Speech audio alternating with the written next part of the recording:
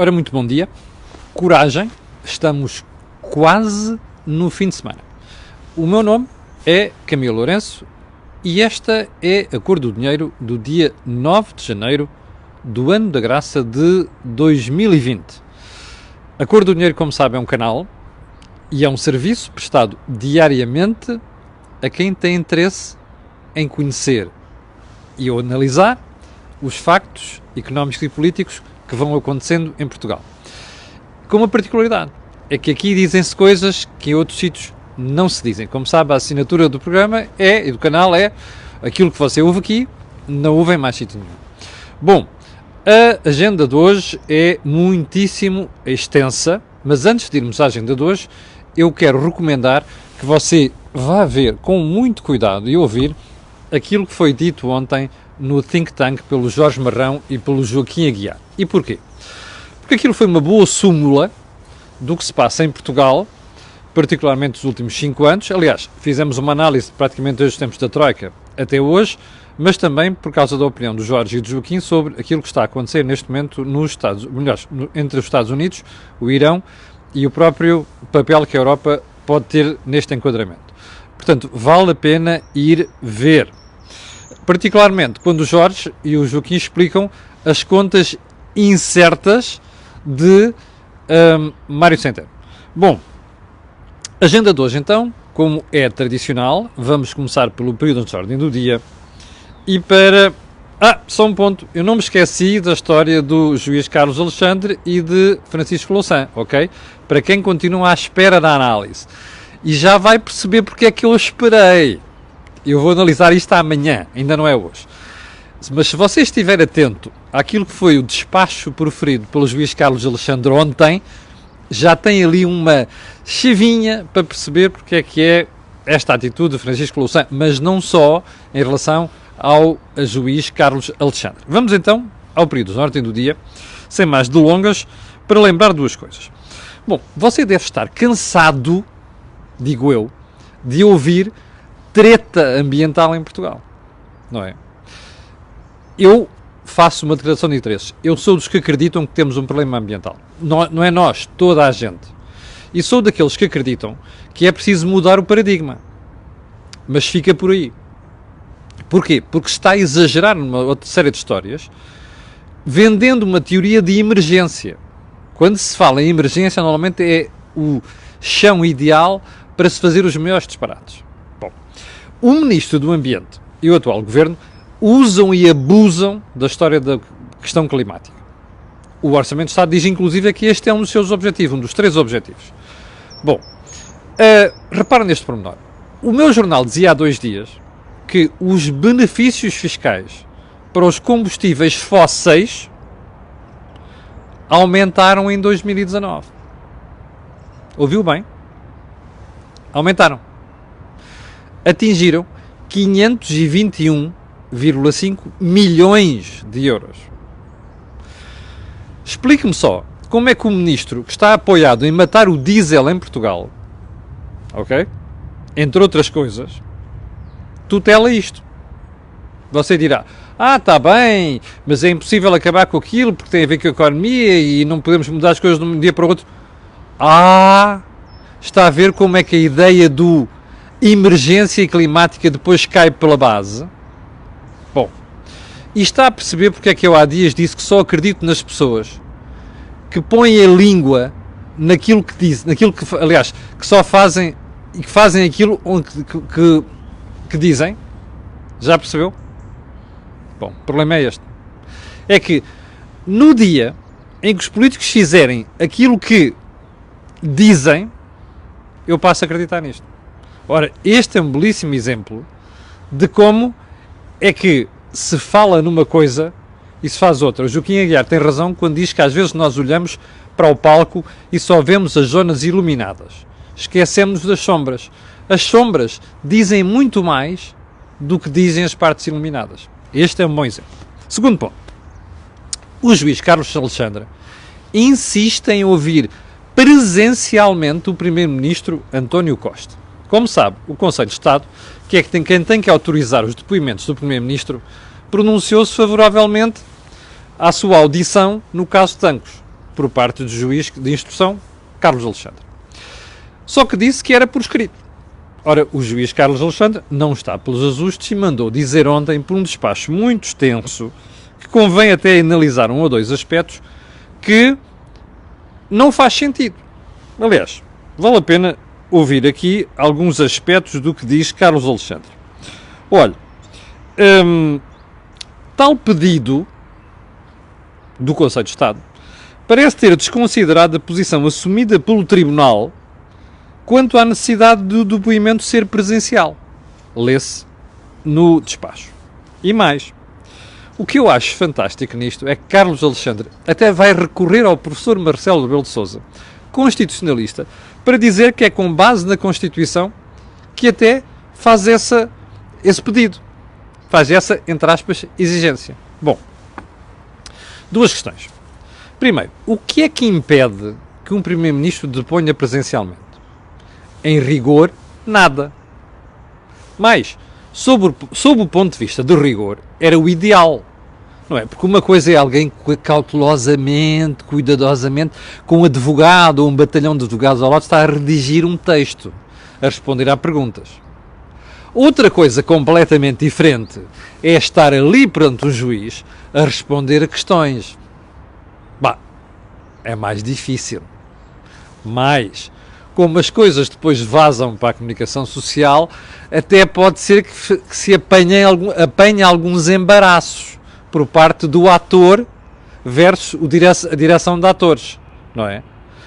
Pode ser, apesar de toda artistice, passa-me a palavra, que caracteriza aquele ator, não é? Portanto, o que me parece aqui é que há receio de fazer um depoimento público. Eu tenho pena. E, sinceramente, sou daqueles que acham que não há razão nenhuma, seja António Costa, seja Marcelo Rebelo de Sousa, seja Luís Montenegro, seja Rui Rio, seja quem for. Portanto, isto não é uma questão ideológica para mim. É uma questão de transparência pública. Nós estamos a precisar de importar para Portugal a transparência que caracteriza outros países, nomeadamente os países nórdicos. Eu um dia hei de falar sobre isso com dados concretos. Mas para já fica já esta ideia.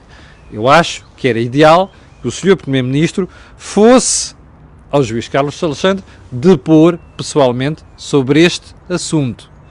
Porque, repito, é das coisas mais graves que eu já vi acontecer, tancos, na história da Terceira República Portuguesa.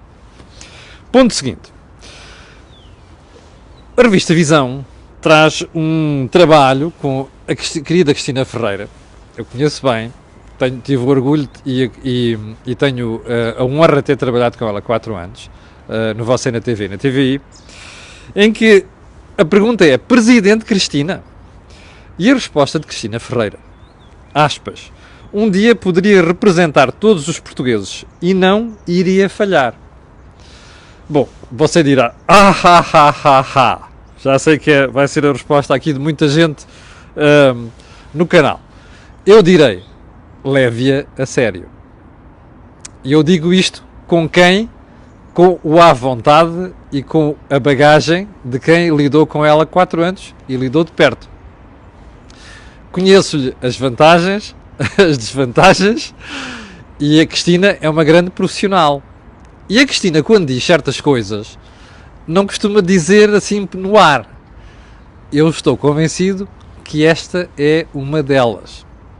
A Cristina tem uma grande ambição, tem uma grande capacidade de trabalho, tem muito jeito e tem uma capacidade para convencer as pessoas absolutamente fora do comum. Portanto, isto pode ser entendido como brincadeira, mas como algo sério, nomeadamente testing the waters. Portanto, eu acho que é melhor levá-la pelo menos 50% a sério, ok? Pode ser que um dia tenhamos de voltar a este assunto. Ponto seguinte, o caso Sousa Lara, como sabe, foi o secretário de Estado de Cavaco Silva aqui há uns anos, e o que ele diz dos políticos portugueses. E porquê é que eu trouxe este caso hoje? Porque Sousa Lara é daqueles políticos que têm uma subvenção vitalícia, mas Sousa Lara é também porta-voz do Chega. Ora, o Chega é contra as subvenções vitalícias. Então, colocado entre a espada e a parede, o Dr. Sousa Lara desistiu de ser porta-voz do Chega para ficar com a sua subvenção vitalícia. Você já percebeu porque é que não se acabam com as subvenções vitalícias em Portugal, não percebeu? Eu acho que este exemplo é elucidativo disto. Porque você tem aqui um arco de regime, não há arcos de regime para outras coisas, mas há para estas. Tem aqui um arco de regime, desde o PCP até à direita, onde há pessoas interessadas em certas coisas. Esta é uma delas. Ok? Faites la liaison. Bom, ainda bem que ele se decidiu, porque, aliás, fez aquilo, porque senão seria uma peixeirada aí na praça pública, provavelmente o Chega, o André Ventura teria de o pôr na rua, não é? Quer dizer, avaliar por aquilo que o André Ventura diz. Ou seja,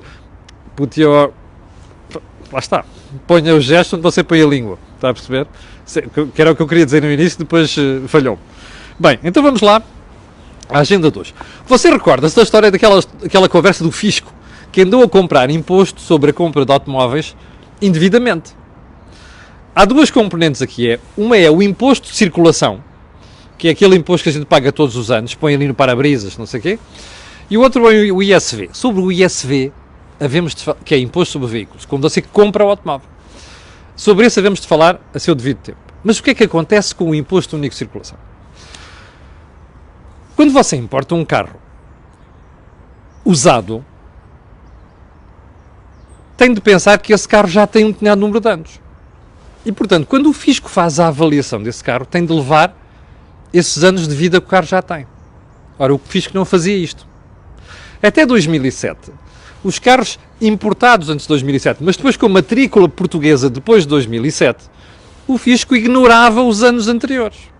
E quando ia calcular o imposto de circulação, dizia assim: para mim, a vida começou em 2007.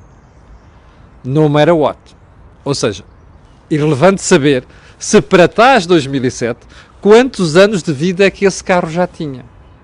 Houve alguém que comprou um carro em 98, importou para Portugal e o fisco disse: pagas como se o carro fosse 2007. E a pessoa chateou-se. Lá está, fez aquilo que muitos portugueses não fazem. Pôs os gestos onde põe a língua. Que é: isto é ilegal, estes tipos estão a brincar comigo, eu vou pô-los em tribunal. E pôs. E ganhou. Bom, mais. Este assunto acabou no Tribunal de Justiça da União Europeia, e que também deu razão ao contribuinte. Bom, o que é que acontece? Em setembro do ano passado, o Governo mudou a lei. Precisamente porque o Tribunal de Justiça obrigou e comunicou que ia proceder contra Portugal. Veja só a teimosia do fisco português.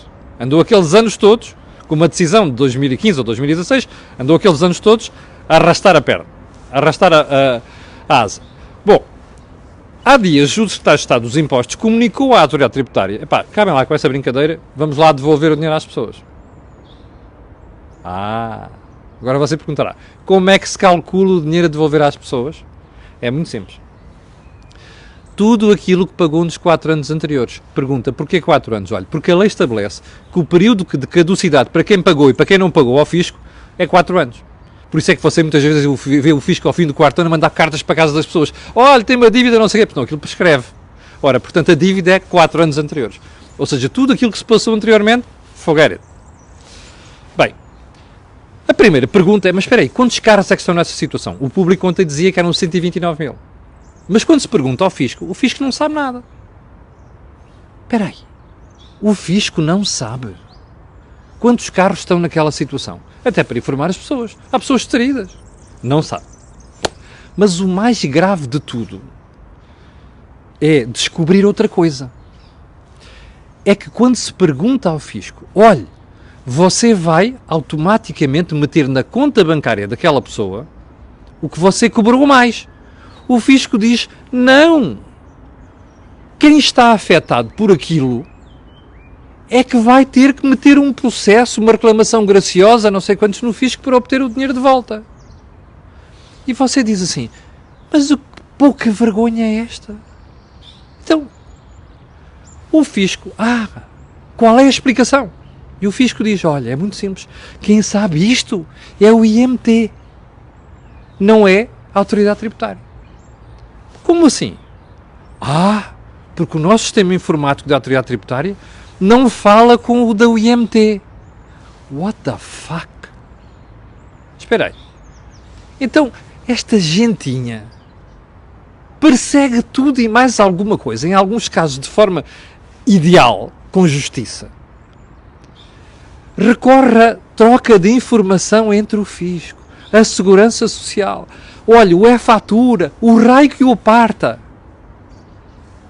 E diz que não tem informação sobre quem é que pagou a mais ao fisco IUC. Bem, isto é de bradar aos céus. Primeira pergunta. Então, o que nós temos de concluir aqui é que quando o fisco troca informação com outros temas informáticos, é só no que lhe interessa. O que lhe interessa é sacar.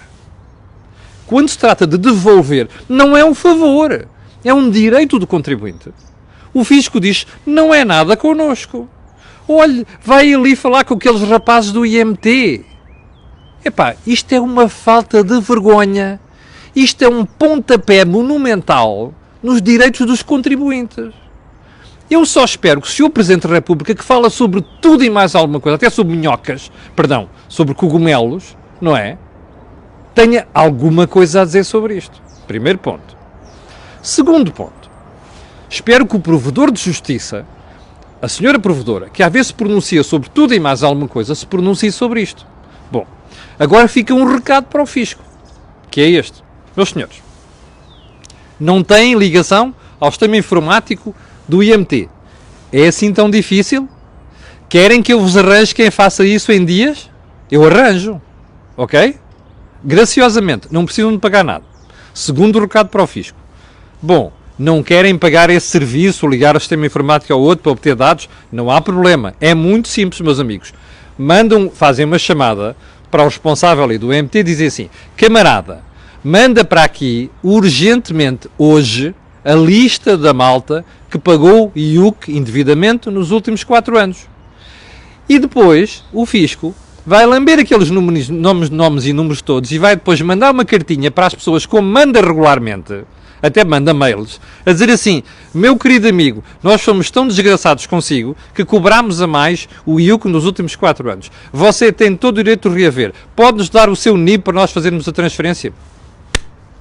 Olha, isso é que era, ok?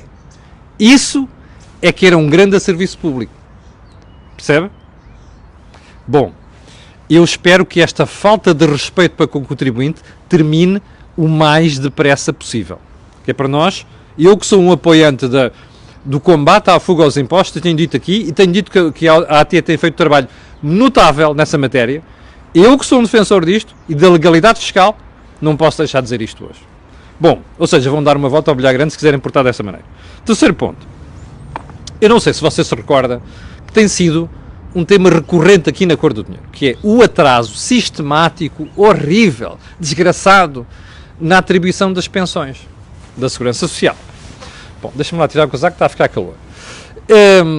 E porquê é que eu trago isto hoje? Porque quando o Falinhas Mansas número 1, vulgo Vieira da Silva, lá estava, ninguém falava do assunto. Mesmo a comunicação social só se lembrou de pegar naquilo. Isto deve ser o receio que existe de meter com o governo socialista, só pode ser. Só a pessoa resolveu pegar naquilo quando começaram a haver casos vergonhosos, de anos de espera, de pessoas que estavam na miséria, literalmente. Bom, o Falinhas Mansas número 1, na altura, como sabe, o Falinhas Mansas número 2 é o António Mendonça Mendes, que está a dos impostos. O número 1 era o Vieira da Silva. O Falinhas Mansas veio logo dizer, não, a gente resolve isto, ok? Está aqui um senhor a dizer, a AT tem o IBAN todos os contribuintes. Tem sim, senhor, por mais uma razão para eu ter dito o que disse, sobre a autoridade tributária. Bom, já agora, voltando ao assunto. O Dr. Vieira da Silva disse que ia meter lá umas pessoas que o problema se resolveria em meses, não era? Bom, eu continuo a ter queixas horríveis de pessoas que não continuam sem pensões. Não é um mês, é um 2 ou 3, 6 meses, 7 meses, 8 meses, um ano, mais do que um ano, ok? Bom, eu vi no meu jornal há 2 dias, não comentei porque é problema de agenda, está a ver? Bom, vi no meu jornal há 2 dias, a senhora Ministra do Trabalho, Ana Godinho, eu tenho uma excelente opinião dela, devo dizer. Pessoalmente e profissionalmente. Portanto, isto não é nada contra ela. Mas o que eu vou dizer só atesta que a Ana Mendes Godinho é uma pessoa séria. A Ana Mendes Godinho disse que precisava de mais um ano para resolver o problema das pensões. Ora, eu só posso bater palmas à Ana Mendes Godinho. Não é porque o ano seja aceitável, é porque ela foi honesta. Percebe? Ou seja, a Ana Mendes Godinho teve a coragem, teve-os no sítio, para dizer aquilo que o Vieira da Silva não disse. E mentiu. Que era, a gente vai lá meter umas pessoas e tal, há falta de pessoal, a falta de pessoal, a culpa é dele, porque esteve lá 5 anos sem fazer nada, não é? E, portanto, a gente vai resolver esse problema no espaço de um ano. Bom, isto é aceitável para os pensionistas? Não é. Mas eu prefiro que haja alguém a dizer isto de forma honesta e transparente para as pessoas ouvirem e perceberem qual é o problema, do que estar a fazer a figura que o governo andou a fazer. É que façam-me um favor. Parem lá de atirar responsabilidades para o Dom Afonso Henriques. Isto é um problema do governo anterior. Percebe? A falta de gente na Segurança Social para resolver isto, mas não é só falta de gente. A Segurança Social precisa de uma vassourada de cima a baixo. Eu tenho aqui um mail de um espectador, ontem à noite, a dar conta de mais uma situação lamentável passada com a Segurança Social. Aquele Ministério precisa de uma vassourada de cima a baixo. Haja honestidade a tratar estes temas. Bom, ponto seguinte. Mário Centeno. O orçamento hoje começa a ser discutido. Falta um deputado para aquilo estar aprovado. Deixe tretas. Está aprovado. Passou. Já está. Olha, vai haver aumento extraordinário de pensões, vai haver mais benessezinhas. Está aprovado. Não vale a pena. Mesmo a Catarina que diz que não sei o quê, não pode aprovar, aquilo não foi negociado. Mentira. Está aprovado. Está negociado. Está conversado. Bom, Mário Centeno, ontem à noite, virou-se para os deputados do Partido Socialista, ou Partido Socialista, não sei quantos, e diz que o orçamento é o orçamento de esquerda. Mas, enfim, não dá um passo maior do que a perna. Deixa-me lá ver, eu conheço o Ministro das Finanças, Miguel Cadilha, depois Miguel Beleza, Jorge Braga de Macedo, Eduardo Catroga, Sousa Franco, Bagão Félix, já não me lembro o que é que vem a seguir, Teixeira dos Santos, depois Vítor Gaspar, agora o Mário Centeno. Eu conheço Ministro das Finanças desde 1987. Alguns deles, falei com eles muitas vezes, até em privado. Alguns, não foi só um ou dois. Eu não me lembro de ver um único Ministro das Finanças na Terceira República ter de justificar aos deputados do partido para o qual está a fazer serviços que fazer um frete e dizer que o orçamento é de esquerda. Não me lembro, percebe? Bom, primeiro ponto. Segundo, o Mário Centeno não está a falar para os deputados do PS apenas. Está a falar para a malta do Bloco de Esquerda e do PCP. Mas não é porque eles queiram ser convencidos. Primeiro, é mentira. O orçamento não é de esquerda, já lhe vou dizer. Não é de esquerda. Mas o problema não é esse. O problema é que o próprio Bloco de Esquerda e o PCP precisam de conforto junto à sua base eleitoral de alguém que vem dizer, o Ministro das Finanças vem dizer assim, olha, isto é um orçamento de esquerda. Está a perceber? Já agora só uma coisa. O orçamento não é de esquerda. O orçamento é dos credores. Percebe? Porque o dinheiro que anda a faltar numa série de sítios é dinheiro que vai para o pagamento da dívida. Percebeu? Estão a mentir-lhe.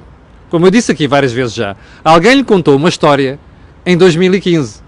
História da carochinha. E agora aos poucos está-se a ver que essa história da carochinha não é verdadeira. Como todas as histórias da carochinha. Só mesmo para o final, e vou deixar ficar aqui a tratar de 2 temas para amanhã, realmente isto é muito grande. Então 3.100 pessoas em direto, obrigado pelo seu apoio. Dizer-lhe só mais uma coisa, ainda sobre as histórias da carochinha. Você já reparou como o Governo progressivamente nos últimos anos tem vindo a retirar aquilo que andou a dar em sede de IRS? Já reparou? Não é só o aumento dos impostos indiretos. E sobre isso, amanhã falarei sobre a opinião do antigo Diretor-Geral dos Impostos sobre a história da fiscalidade, o Azevedo Pereira. Mas só mais um ponto. Repara, não é só na fiscalidade indireta, mesmo no IRS. Você este ano 2020 vai pagar mais IRS. Percebe? Esse é que é o ponto. Ou seja, isto não é um orçamento de esquerda. Isto é um orçamento dos credores. Percebe? E pronto. Chegámos ao final da conversa de hoje. Eu amanhã às 8 da manhã estarei aqui. Volto a dizer-lhe, vá ver o Think Tank de ontem, porque vale a pena. E para o final fica o pedido sempre, colocar um gosto e fazer partilha nas redes sociais, porque aquilo que houve aqui, não houve em mais sítio nenhum. Obrigado, com licença, e até amanhã às 8.